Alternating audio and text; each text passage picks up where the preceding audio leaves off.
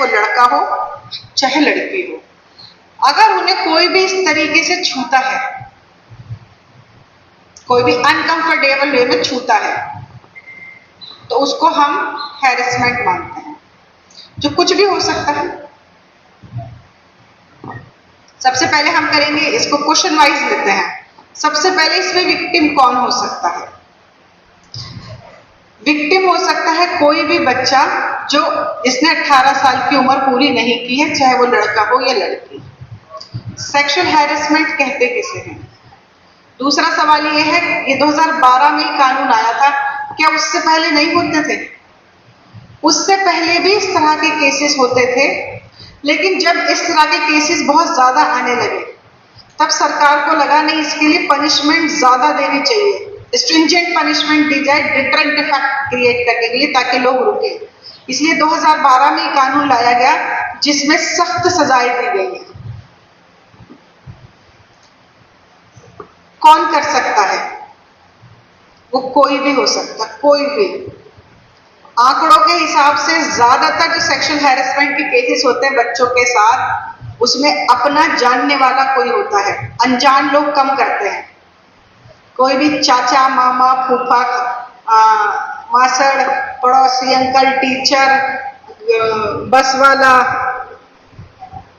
कोई भी हो सकता है।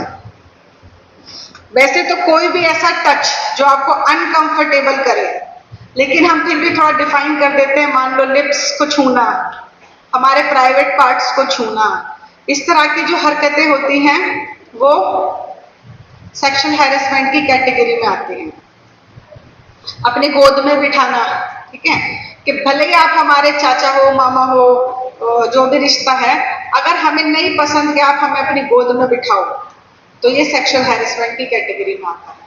वो बात बात पे अपनी गोद में बिठा लेंगे, बात बात पे छुएंगे, और उनका मोडस ऑपरेंडी क्या होता है, वो कैसे करते हैं ऐसे काम? ये कोई भी हो सकता है, कोई भी। टीचर हो सकते हैं, कोई रिक्शे वाला भैया, कोई बस वाले अंकल, ड्राइवर, माली अंकल, कोई पड़ोसी, पड़ोस का भैया, कोई रिश्तेदार, कोई भी हो सकता है। इनका मॉडस ऑपरेंडी क्या होता है? इनके मॉडस ऑपरेंडी दो तरीके से होते हैं। या तो ये लालच देते हैं, या फिर वो डराते धमकाते हैं। लालच क्या हो सकता है कि भाई चॉकलेट देंगे, बिस्किट देंगे, पिज्जा खिलाएंगे, ये करेंगे।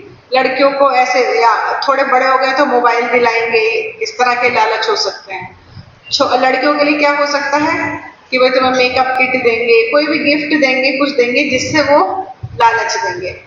दूसरा क्या मॉडस ऑपरेंडी होता है, वो धमकाएंगे कि जी तुम्हारे माँ बाप को नुकसान पहुंचा देंगे, तुम्हारी बहन को ये कर देंगे, तुम्हारे भाई को ये कर देंगे, तुमने नहीं किया तो। मार्क माय वर्ड्स, ऐसा बंदा कुछ नहीं कर सकता। वो सिर्फ और सिर्फ बच्चों की साइकोलॉजी से खेलता है कि बच्चा डर गया तो वो चुप हो जाएगा, और वो चुप होके नहीं बोलेगा।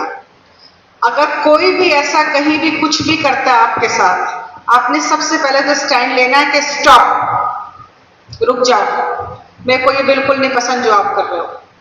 जैसे ही आपने ये स्टैंड लिया, आधा कॉन्फिडेंस तो उसका वैसे ही डाउन हो जाता है। और फिर जिस पे भी आप सबसे ज्यादा भरोसा करते हैं, अपने पेरेंट्स, कोई टीचर, कोई सिबलिंग है, कोई अंकल है जिससे आप बात कर सकते हो, फौरन इस मैटर को रिपोर्ट करो कि वो ऐसे ऐसे अंकल हैं और वो हमारे साथ ऐसे ऐसे कर रहे हैं, या हमें ऐसे ऐसे कह रहे हैं। कोई भी माँ बाप के अलावा, माँ बाप और बहन भाई के अलावा कोई भी आपको कोई गिफ्ट दे, तो पहले कि जी हम अपने मम्मी पापा से पूछेंगे कि हमें ये गिफ्ट देना चाहते हैं, ये लेना है या नहीं लेना। और जब मॉडस होगा उनको बिल्कुल रोक देना है कि अगर आपको अच्छा नहीं लग रहा कि जी प्लीज हमें इस तरीके से टच मत कीजिए, हमें अच्छा नहीं लग रहा।